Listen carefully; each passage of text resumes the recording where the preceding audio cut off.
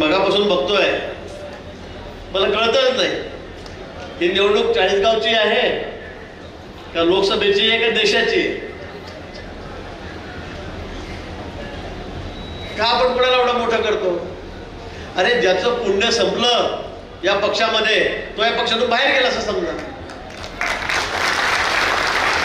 ज्या पक्षाने तुम्हाला एवढं मोठं केलं, मला आठवतो तो काळ ज्या वेळेला उमेश पाटलांचा या ठिकाणी आपण प्रवेश केलेला होता मुक्ताईनगरला. लगेच 2-3 महिन्यामध्ये निवडणुका लागल्या. त्यावेळेला नाथाभाऊंनी सांगितलं की मला त्या सूर्यवंशीला तिकीट द्यायचं आहे.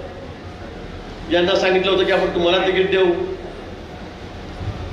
खूप वाद झाला, टोकाचा वाद झाला, दिल्लीपर्यंत वाद गेला.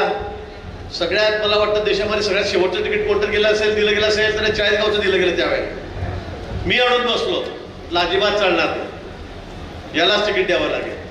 हा निवडून येणार आहे, तो निवडून येणार नाही. खूप वाद झाला. शेवटच्या क्षणापर्यंत नेत्यांशी एवढा वाद झाला की मी तुम्हाला सांगू शकत नाही. मी आजची शेवटची भूमिका घेतली की पण त्यांना नाही तर मला तिकीट नको, मी पण घेणार नाही. विचारा त्यांना. इतकी टोकाची भूमिका मी घेतली. यांना तिकीट मिळालं, पक्षात आल्याबरोबर 2 महिन्यामध्ये तिकीट मिळालं. 5 वर्ष गेलेत आमदारकीचे. खासदारकीची वेळ आली, खासदारकीचं तिकीट रातोरात बदललं, यांना तिकीट दिलं आणि 5 वर्ष तुम्ही खासदार राहिला आणि तरी तुम्ही म्हणता माझ्यावर अन्याय झाला.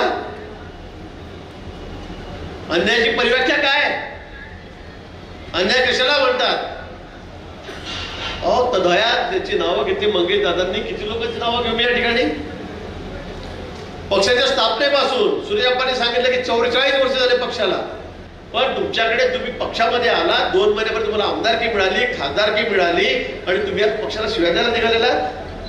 मोदीजींच्या हुकुमशाहीवर बोलतायत, तुम्ही ईडीवर बोलतात.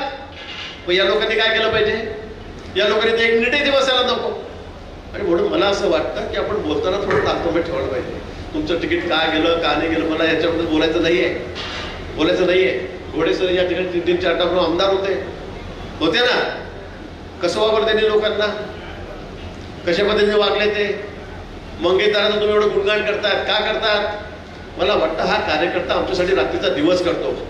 कुणाच्या भरोशावर चाललाय सगळा पक्ष? कुणाच्या भरोशावर आम्ही या ठिकाणी नेते आहोत?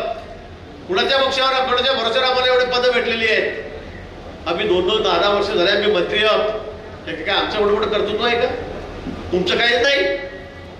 तुम्ही काहीच केलं नाही पक्षासाठी. तुम्ही नसाल तर आम्ही कुठे राहू? तुम्ही एवढ्या मोठ्या ताकदीने आमच्या पाठीशी उभे आहात, खंबीरपणे उभे आहात आणि म्हणून आमच्यासारख्या लोकांचं जिंदाबाद होतोय, आमचं आगेपुढे होतोय.